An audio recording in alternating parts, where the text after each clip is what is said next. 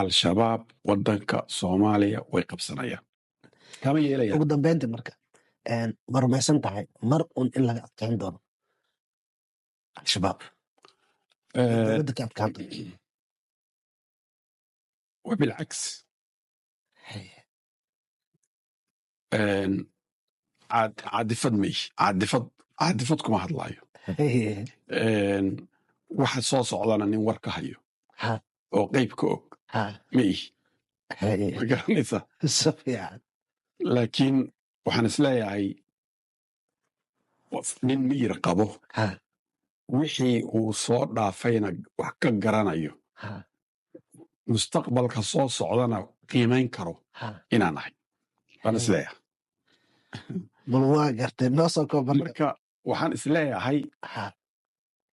dawaa ama dheera haddaan waxa hadda socdo dowladda hadda socoto aan wax laga bedelin al-shabaab waddanka soomaaliya way qabsanayaan shaki qof kastoo ha ogaado waxaa laga yaabaa maanta maalinaan ahayn in la isweydiiyo haddii dowladda federaalka iyo beesha caalamkeed hadda shay ku socoto iyo maafiyanimadan iyo burcadnimada tan iyo musuq maasuqa iyo eexda iyo kala qaybinta iyo beenta iyo digdigtaan iyo boobitaanka xoolaha dadka la boobayo iyo wax loo aabayeelayo aan la arag hadday ku socoto dowladdan reer galbeedku